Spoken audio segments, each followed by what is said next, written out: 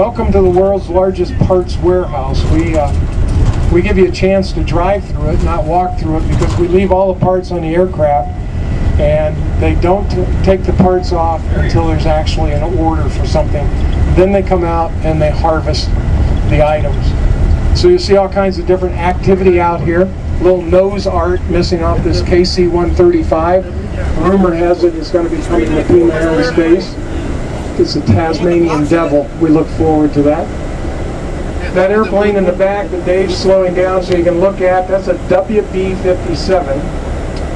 And the wingspan, anybody know what the distance of the first Wright brothers flight was? 117. How much?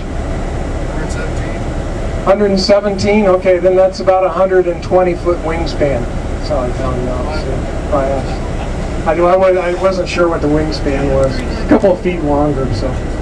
Anyway, that's a NASA aircraft, and NASA holds the record for taking the longest stored aircraft out of AMART and putting it back in the air, and that was the WB-57. And they have 3 of those flying for high altitude work. F-4s are quickly being disposed of. The F-4s finished their last U.S. mission as a target drone in December. And so we're starting to see a lot of these F-4s now being marked for disposal, and a lot of real estate or spots being freed up for other programs. There are still some foreign countries flying F-4s, so there'll be a few left here for parts. The B-1B bombers over here, these are Lancers. They could carry 84 500-pound bombs or 24 2,000-pound bombs. These are all for parts to keep the ones flying in the air today. And we get about 700 parts a year off of those aircraft to keep the other ones flying. See some F-18s here. There's position 7 from the Blue Angels back there, just the back of it, because we removed the front end of the aircraft and sent it back to the Navy for a cockpit demonstrator.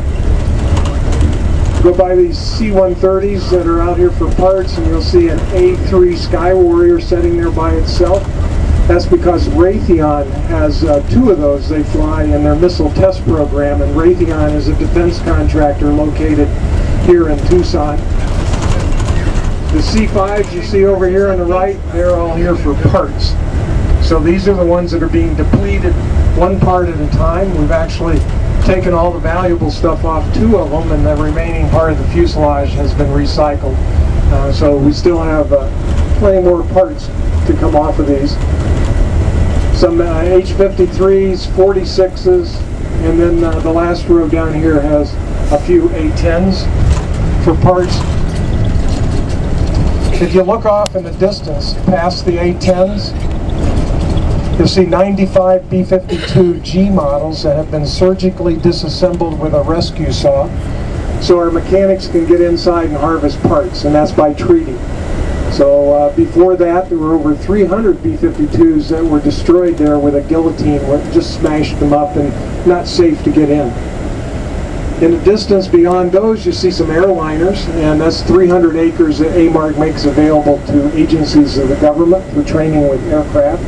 And then on the horizon on the right, you see a bunch of white boxes back there past the aircraft, and those boxes all contain aircraft tooling for out-of-production, still flying airplanes. So anything flying today that's not being produced, we have the aircraft tooling back here. 700,000 items of tooling. The impressive thing with that number is it has to be inventoried every year. So you can imagine the poor AMARC person that goes out there and does that. I think it's more than one person. But 700,000 items to be counted. In the summertime, like now, you start harvesting rattlesnakes also. So 4 to 6 rattlesnakes a month coming out of those boxes in addition to parts. Same thing's true with all these aircraft you see over here. They're opened up, so killer